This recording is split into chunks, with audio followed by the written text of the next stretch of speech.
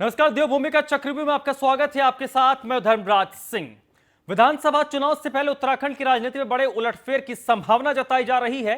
यशपाल आर्य के कांग्रेस में वापसी के बाद बीजेपी ने पार्टी में डैमेज कंट्रोल शुरू कर दिया है, क्योंकि बीजेपी में कई बड़े नाम हैं जिनकी नाराजगी पिछले महीनों में साफ तौर पर देखी गई है। वहीं बीजेपी भी कांग्रेस को झटका देने के मूड में नजर आ रही है।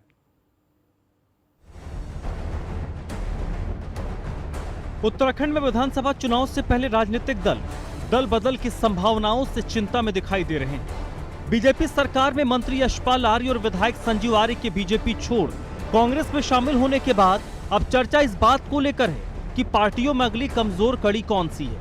हालांकि अब भी बीजेपी में कई ऐसे चेहरे हैं जो पार्टी से नाराज चल रहे हैं और उनका नाम पार्टी छोड़ने वालों में शुमार हो रहा है। उधर कांग्रेस में भी कुछ चेहरे पिछले दिनों दल बदल की संभावनाओं को लेकर सुर्खियों में रहे। प्रदेश में अब तक कांग्रेस पर हावी रहने वाली बीजेपी अब बैकफुट पर दिख रही है। एक तरफ तो वो कहते हैं हमारा हाउस फुल हो गया, दूसरी तरफ उनका हाउस खाली होता जा रहा। आप देख लो, रोज कोई न कोई उनके यहाँ से निकलता जा रहा, कहीं न कहीं नई पार्टी में जा रहा है।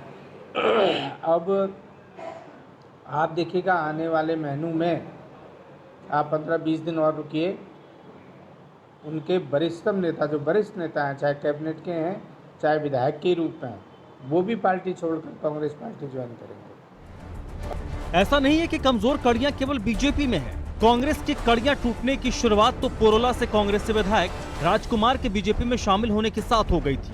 उनसे पहले टिहरी की धनौल्टी सीट से निर्दलीय विधायक प्रीतम सिंह पंवार भी बीजेपी में शामिल हो चुके हैं। बीजेपी भी प्रयास में है कि कुछ बड़े चेहरों को कांग्रेस से तोड़ा जाए। आज जो राजनीति से ओतप्रोत जो बयान था कि मैं देवभूमि में भी देखना चाहता हूँ, मैं कहना चाहता हूँ बड़ी ईमानदारी से, जो हरीश रावत जी हैं वो एक ऐसा वृक्ष हैं जिसके नीचे कभी भी कोई जो है पौधा उग नहीं सकता। तो ये सब राजनीति से ओतप्रोत बयान है, और जो लालच है वो लालच बुरा होता है, उसका खमियाजा निश्चित ही उन्हें भुगतना पड़ेगा। और अनुसूचित जाति समाज भी ऐसे व्यक्ति को अपना बड़ा नेता मान करके आज यही वो करता है कि कहीं ना कहीं उन्होंने हमारे अनुसूचित जाति समाज को ठगने का काम किया है। आम आदमी पार्टी इन दोनों ही परंपरागत राजनीति करने वाले दलों से अलग है। हमें इनके चश्मे से देखने की कोशिश ना की जाए। आम आदमी पार्टी राजनीतिक जो करती है वो मुद्दों पर करती है। ये दल जो है परंपरागत राजनीति करते हैं और भावनात्मक मुद्दों पर काम करते हैं। तो आम आदमी पार्टी और भारतीय जनता पार्टी कांग्रेस का कोई मेल नहीं है। ये दोनों पार्टियां अलग हैं। आम आदमी पार्टी इनसे भिन्न है। हमारी अपनी रणनीति है। आम आदमी पार्टी अपने रणनीति के तहत अपने चुनावी एजेंडे को इस प्रदेश में लयबद्ध कर रही है और जनता का बहुत समर्थन मिल रही है। तो चुनाव से पहले दोनों बड़ी पार्टियां, भारतीय जनता पार्टी और कांग्रेस का ये दावा है कि अब आगे आगे देखिए होता है क्या। तो आज देवभूमि के चक्रव्यूह में हम इसी मुद्दे पर बातचीत करेंगे, चर्चा करेंगे मेहमानों के साथ और जानने की कोशिश करेंगे कि कौन किसको ज्यादा नुकसान पहुंचा रहा है। और इस चर्चा मेरे साथ संजय भट्ट जुड़ रहे हैं, जो प्रवक्ता हैं आम आदमी पार्टी के, प्रतिमा सिंह कांग्रेस पार्टी के प्रवक्ता मेरे साथ जुड़ रही हैं, और राजेश कुमार प्रवक्ता हैं भारतीय जनता पार्टी के। आप तीनों का बहुत बहुत स्वागत, इस्तकबाल। पहला सवाल मेरा प्रतिमा सिंह जी, जो कांग्रेस पार्टी के प्रवक्ता हैं, आपसे ही। कांग्रेस पार्टी ने एक बड़े नाम को उत्तराखंड की सियासत में, अपार्ट फ्रॉम पॉलिटिकल बयान, कौन क्या कहता है मैटर नहीं करता है, बट यशपाल आर्य का नाम उत्तराखंड की सियासत में एक बड़ा नाम है। उसके बाद अब ये दावे किए जा रहे हैं कि कुछ और बड़े नाम शामिल किए जाएंगे। तो प्लीज बता दीजिए कौन कौन से बड़े नाम हैं जो शामिल होने वाले हैं। देखिए, यशपाल आर्य जी की घर वापसी हुई है, तो उस घर वापसी में पूरे कांग्रेस जनों ने उनका खुले दिल से हाथ बढ़ाकर स्वागत करने का काम किया। अब कौन आने वाला है, और आप देखिए थोड़ा कुछ चीजें होती है ना, अभी ये एक ट्रेलर था, तो ट्रेलर है और ट्रेलर को सबको डाइजेस्ट कर लेने दीजिए। थोड़ा क्लाइमेक्स आएगा, और जब क्लाइमेक्स आएगा तो शायद बड़ा मजा आएगा। तो इसलिए उस क्लाइमेक्स को हम अभी ना खोलें तो ज्यादा बेहतर होगा, क्योंकि आपने जब देखा कल एक टीजर चला तो सबको बड़ा अचानक से बड़े झटके लगे। तो जब क्लाइमेक्स होगा तो उसमें भी थोड़ा मजा तो आना चाहिए ना, जब मूवी में क्लाइमेक्स होता है तो उसको इंतजार करिए। और देखिए, अभी बड़ी बड़ी बातें हमारे भारतीय जनता पार्टी के प्रवक्ता, जो मैं सुन रही थी, आप कह रहे थे, तो देखिए अगर एक व्यक्ति के जाने से आपको कोई फर्क ही नहीं पड़ता, तो ये वही बात हो गई कि किसियानी बिल्ली एक अम्मा नोचे। क्योंकि अब आपके हाथ में देखिए कुछ बचा तो है नहीं, वो आपको छोड़ करके, क्योंकि वो जो ब्रेकफास्ट पॉलिसी थी पुष्कर सिंह धामी जी की कि जिस दिन हमने अनाउंस किया कि हो सकता है पंजाब में जो राहुल गांधी जी ने किया वो उत्तराखंड में भी रिपीट हो जाए दलित सीएम के तौर पर, तो वैसे ही दूसरे दिन पुष्कर धामी जी चले गए यशपाल आर्या जी क्या उन्हें पता था कि जब से सत्ता में आए हैं ये लोग तब से बहुत सारे नेता ऐसे हैं, विधायक हैं, मंत्री हैं जो नाराज चल रहे हैं। और ये नाराजगी ये पिछले 100 दिनों की नहीं है, ये नाराजगी पिछले 4.5 सालों की है, क्योंकि आप देखिए भारतीय जनता पार्टी एक ऐसा दल है जहां व्यक्ति को अभिव्यक्ति की आजादी नहीं है, वो खुल के सांस नहीं ले सकता, खुल के अपनी बात नहीं रख सकता।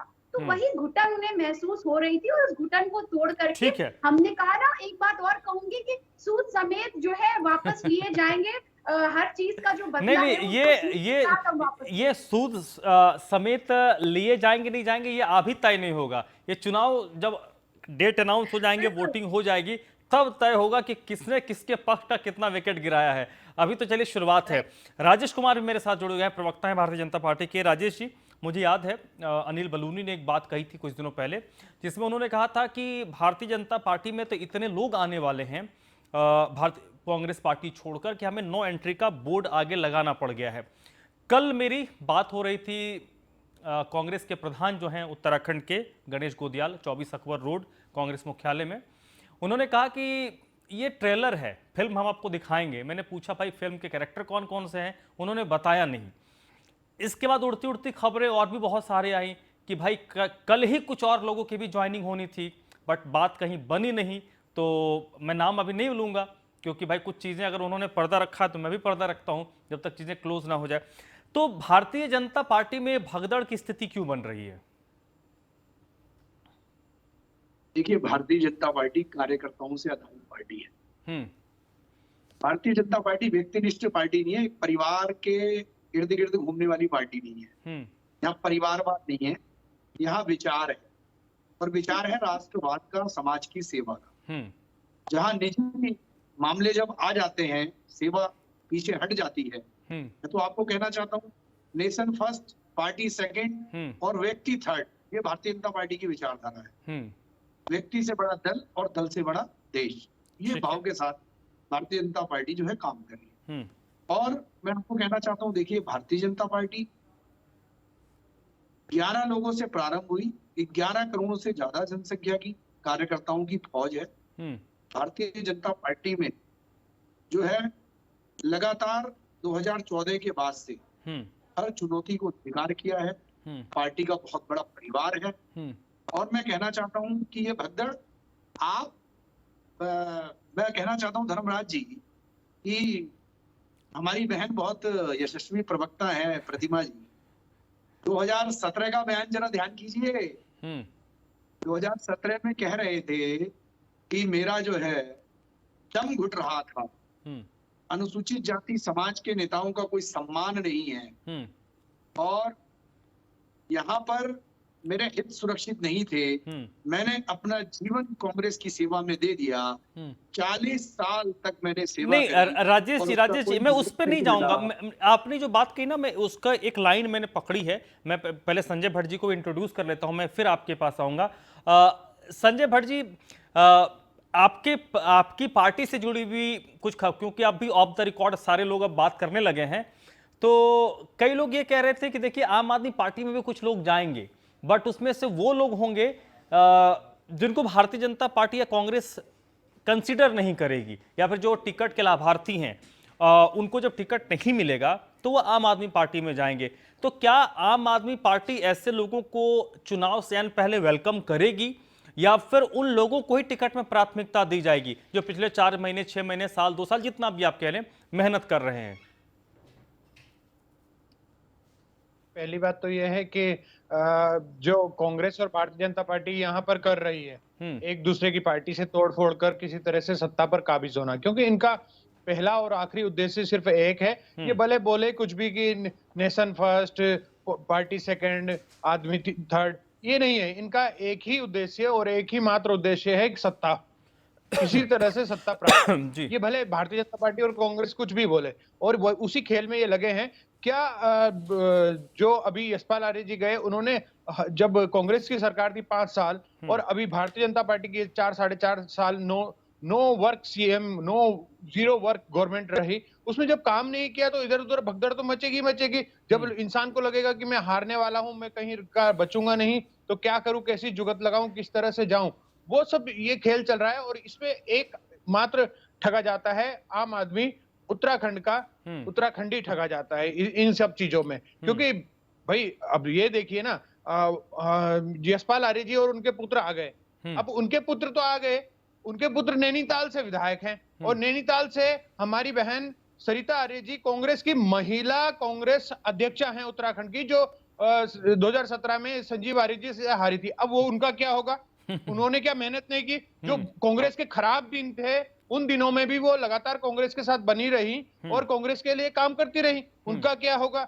ये क्वेश्चन मार्क्स है। तो ये भगदड़ से उत्तराखंड का भला नहीं होगा, व्यक्तियों का भला हो सकता है। दूसरी बात जो आपने सवाल किया कि जो इधर उधर भाग जाएंगे, उसके बाद जो बचेंगे जिनको टिकट नहीं होगा, क्या आम आदमी पार्टी उन्हें टिकट देगी? आम आदमी पार्टी ने अभी आप भी देख रहे हैं कि प्रभारी बनाने शुरू कर दिए। जो लोग मेहनत कर रहे हैं उन लोगों को प्रभारी बनाया जा रहा है विभिन्न विधानसभा का, और 22 प्रभारी हम अभी तक नियुक्त कर चुके हैं। और नवंबर में हम सारी लिस्ट पूरी जारी कर देंगे। जब हम नवंबर में लिस्ट जारी कर देंगे तो जनवरी फरवरी में किसे टिकट होगा किसे टिकट नहीं होगा, इससे कोई फर्क नहीं पड़ेगा आम आदमी पार्टी। राजेश जी, सवाल मेरा सीधा और स्पष्ट यही है कि जिस वक्त भारतीय जनता पार्टी में कांग्रेस छोड़ के लोग शामिल हो रहे थे, तो भारतीय जनता पार्टी के नेताओं की तरफ से कहा जाता था कि देखिए हम जीत रहे हैं, हम पे लोग विश्वास कर रहे हैं, तो हमारी तरफ आ रहे हैं।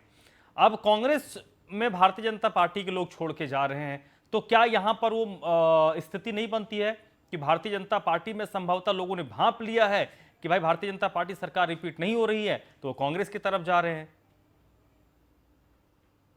देखिए, मैं आपको बड़े विश्वास के साथ कहना चाहता हूं कि पुष्कर सिंह धामी सोच दूरगामी, ऐसे निर्णय लेने वाला सीएम, युवा, ऊर्जावान, जो सैनिक परिवार से है, सामान्य परिवार से है, जिसने अपने फैसले जो लिए हैं साफ नियत सही विकास के साथ, बातें कम काम ज्यादा के साथ, निश्चित रूप से 4-4 प्रदेश अध्यक्ष बना देना ये भी सोचनीय है। और अभी पिक्चर और ट्रेलर का परिणाम ये होगा कि 2022 में भारतीय जनता पार्टी की सरकार बनेगी, पूर्ण बहुमत के साथ बनेगी। चलिए यहाँ पर तो मैं यहाँ तो एक काउंटर आम आदमी पार्टी आपको दे, आप कहते हैं सैनिक परिवार से, उन्होंने तो भाई कर्नल को उतार रखा है, ये उनका काउंटर है। चलिए प्रतिमा सिंह जी, मेरा आपसे एक फाइनल कमेंट मैं आपसे चाहूंगा।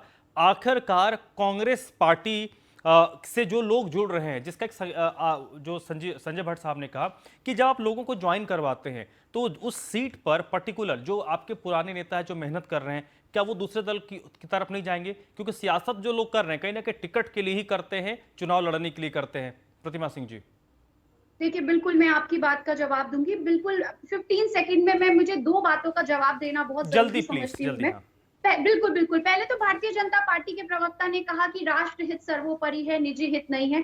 तो क्या जो लोग भारतीय जनता पार्टी को ज्वाइन करते हैं उससे पहले उनके लिए निजी हित होते हैं और ज्वाइन करते ही राष्ट्र हित सर्वोपरि हो जाता है? तो ये इनकी ये जो जुमलेबाजी है अब जनता नहीं समझेगी। अब हमारे आम आदमी पार्टी के प्रवक्ता ने कहा कि जिन्हें हार का डर होता है वो जो है छोड़ के जा रहे हैं। इसका मतलब है आप स्वीकार कर रहे हैं नेशनल टेलीविजन पे बैठ करके कि कांग्रेस की जीत 2022 में निश्चित। अब आपका जो सवाल है उसका जवाब मैं देती हूँ कि बिल्कुल समझ देखिए, वहां के जो भी भावी विधायक हैं जो टिकट मांग रहे हैं उनसे हमारा शीर्ष नेतृत्व बैठ के बात करेगा। मैं फाइनल कमेंट संजय भट्ट साहब, आगे उन्हें कहीं ना कहीं किसी ना किसी जगह पे एडजस्ट जरूर किया जाए। संजय भट्ट जी जल्दी।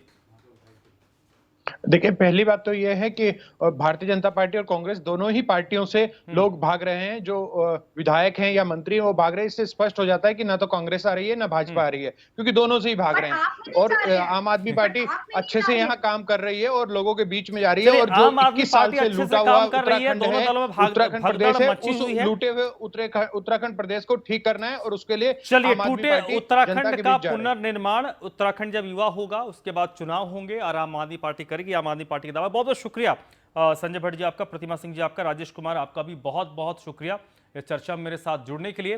तो देवभूमि के चक्रव्यूह में अभी बस इतना ही।